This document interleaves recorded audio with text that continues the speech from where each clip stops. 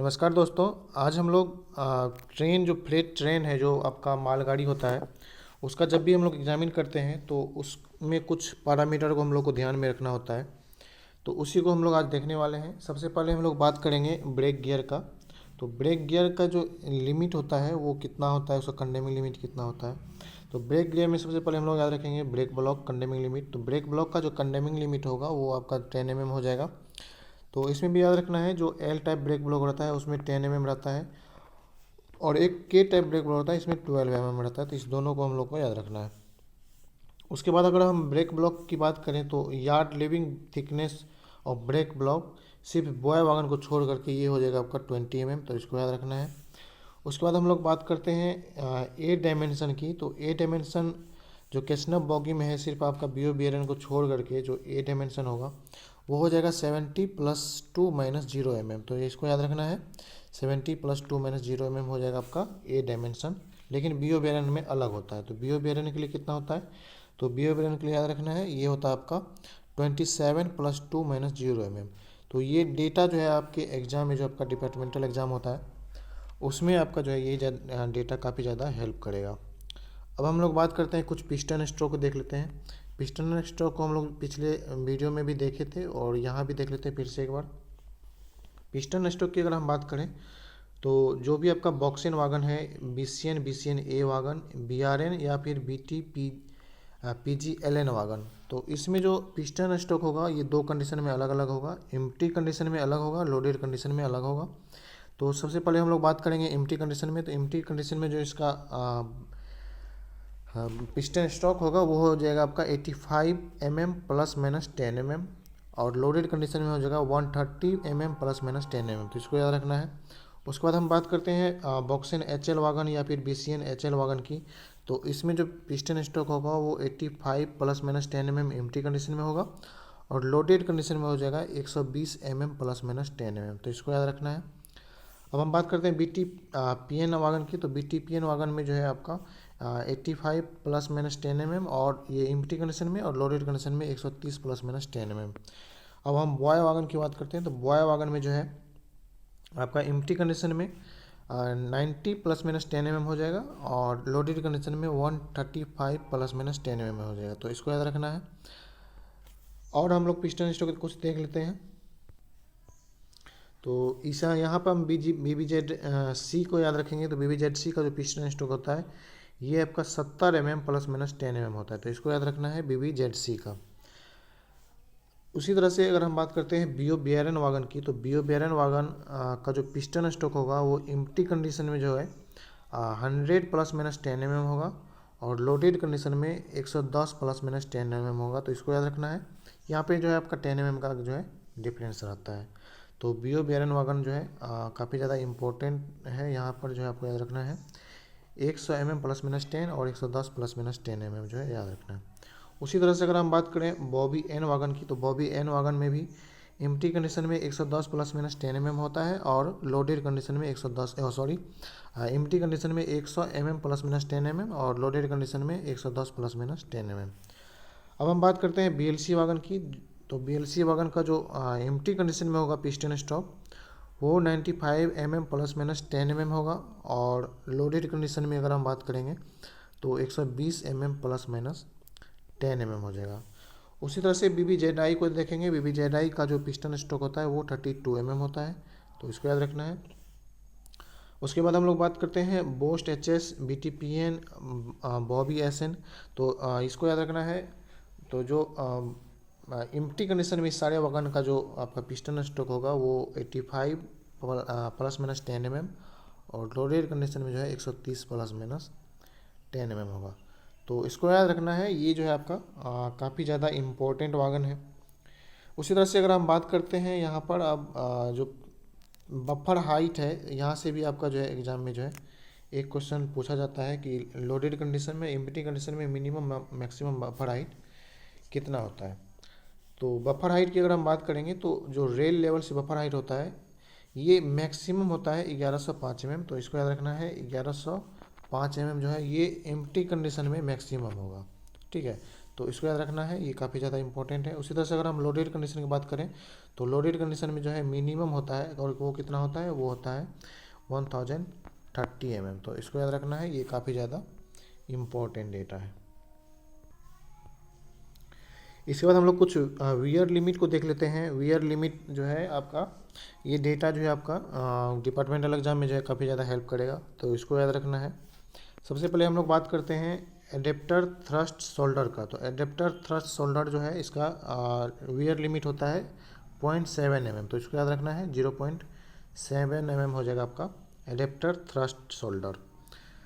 उसी तरह से अगर हम बात करते हैं एडेप्टर क्राउन लग का, तो एडेप्टर क्राउन लग का जो लिमिट होगा वियर लिमिट, ये हो जाएगा 4 mm का।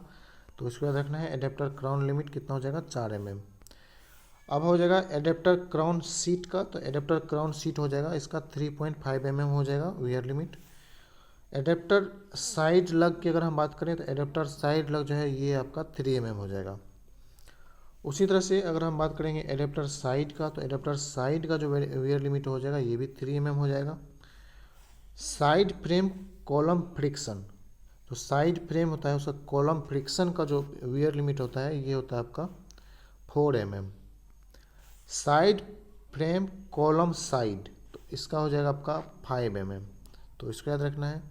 उसी तरह से अगर हम बात करेंगे साइड फ्रेम एंटी रोटेशन लग, तो साइड फ्रेम एंटी रोटेशन लग का जो वियर लिमिट हो जाएगा ये आपका 3 mm का होगा। Pedestal crown roof, pedestal crown roof का वियर लिमिट आपका 5 mm का होगा। उसी तरह से पेडेस्टल क्राउन साइड का जो वियर लिमिट होगा ये 4 mm होगा। उसी तरह से आप बात करेंगे पेडेस्टल साइड का, तो ये आपका जो है 2 mm का होगा। और पेडेस्टल जॉ हो जाएगा ये आपका 4 mm का हो जाएगा। तो ये जो है सारा डाटा जो है काफ़ी ज़्यादा इम्पोर्टेंट है, आपके एग्ज़ाम में जो है जनरली पूछा जाता है, तो इसको याद रखना है। इसी तरह से अगर हम बात करेंगे तो कुछ और डेटा है जो कि आपको याद रखना है। बोल्स्टर लाइन वियर लिमिट ये आपका 5 mm होगा। बोल्स्टर लैंड सरफेस ये आपका 3 mm होगा। Bolster column side inner out ये आपका 5 mm होगा, तो इसको याद रखना है। अब हम लोग जो है कुछ स्प्रिंग हाइट को देख लेते हैं। तो स्प्रिंग हाइट में जो लोड नंबर स्प्रिंग हाइट है तो उसको याद रखेंगे। सबसे पहले हम लोग यहाँ पे देखते हैं टाइप्स ऑफ बॉगी है, फिर उसका लोकेशन है, उसके बाद फ्री हाइट है mm में, और उसके बाद कंडेमिंग लिमिट है, तो इसको याद रखना है। सबसे पहले हम लोग बात करेंगे कैसनव 22W W retro WM NL NLB NLM NLC का। तो इसका जो आउटर स्प्रिंग का जो आपका हाइट होगा, फ्री हाइट होगा, ये आपका 260 mm होता है, और इसका कंडेमिंग लिमिट जो है 245 mm होता है। तो यहाँ पर जो भी आपका फ्री हाइट होगा उसमें से हम लोग 15 mm जो है घटा देंगे। 15 mm का डिफरेंस 15 mm का जो है आपका यहाँ पर कंडेमिंग लिमिट जो है कम जब हम कर देंगे तो वो आपका कंडेमिंग लिमिट बन जाएगा। तो 260 में से 15 घटाएंगे 245, तो इसको याद रखना है। सिंपली हम लोग अगर एक भी याद है तो उसमें से 15 mm घटाएंगे, आपका कंडेमिंग लिमिट निकल जाएगा। तो यहाँ पर देखेंगे 260 में से 15 माइनस करेंगे 245 mm इसका जो है कंडेमिंग लिमिट हो जाएगा आउटर स्प्रिंग का। उसी तरह से अगर हम बात करें इनर स्प्रिंग का, तो इनर स्प्रिंग का जो है हाइट हो जाएगा आपका 262 mm, और इसका कंडेमिंग लिमिट हो जाएगा 247 mm। और सनाबर स्प्रिंग का जो है नॉमिनल हाइट हो जाएगा 294 mm, और इस तरह से इसमें हम 15 माइनस करेंगे तो ये हो जाएगा 279 mm। तो इसको याद रखना है, ये काफ़ी ज़्यादा इंपॉर्टेंट है। खास करके जनरली आपसे सनाबर स्प्रिंग का पूछा जाता है, तो इम्पोर्टेंट जो है इसमें से सनाबर स्प्रिंग ज़्यादा इंपॉर्टेंट हो जाता है, तो इसको याद रखेंगे। वैसे आपको तीनों याद रखना है, आउटर, इनर और सनाबर। उसके बाद हम लोग बात करते हैं कैसनव 22HS, जो कि काफ़ी बार पूछा गया है एग्ज़ाम में, तो ये जो है काफ़ी ज़्यादा इम्पोर्टेंट है, तो इसको याद रखना है, ये जो है बहुत ज़्यादा इम्पोर्टेंट है। इसमें से आउटर स्प्रिंग की अगर हम बात करें तो आउटर स्प्रिंग का फ्री हाइट 260 mm होता है, माइनस करेंगे 15 mm 245 mm आएगा। उसके बाद हम इनर स्प्रिंग की बात करें तो इसका फ्री हाइट हो जाएगा 243 mm, और इसका कंडेमिंग लिमिट हो जाएगा 228 mm।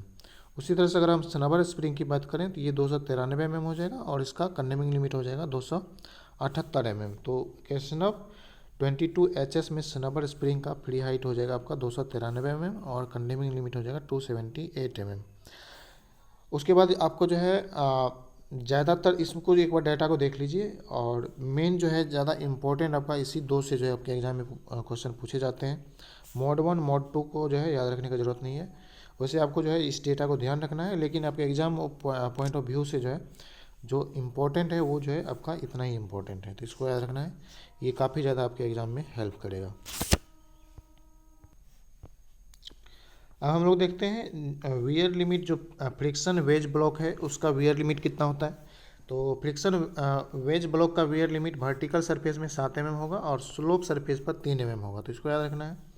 उसी तरह से सेंटर पिवोट का वियर लिमिट हम लोग देख लेते हैं। तो सेंटर पिवोट में जो है आपका जो आपका वर्टिकल साइड है, वर्टिकल साइड और एक अदर साइड होता है। तो वर्टिकल साइड में जो है आपका ये आपका कितना हो जाएगा 5 पॉइंट ये सॉरी वर्टिकल साइड और सीट इसका अलग अलग है। तो यहाँ पर हम लोग को जो है एक केशनव 22W का याद रखना है और एक अदर्स का याद रखना है।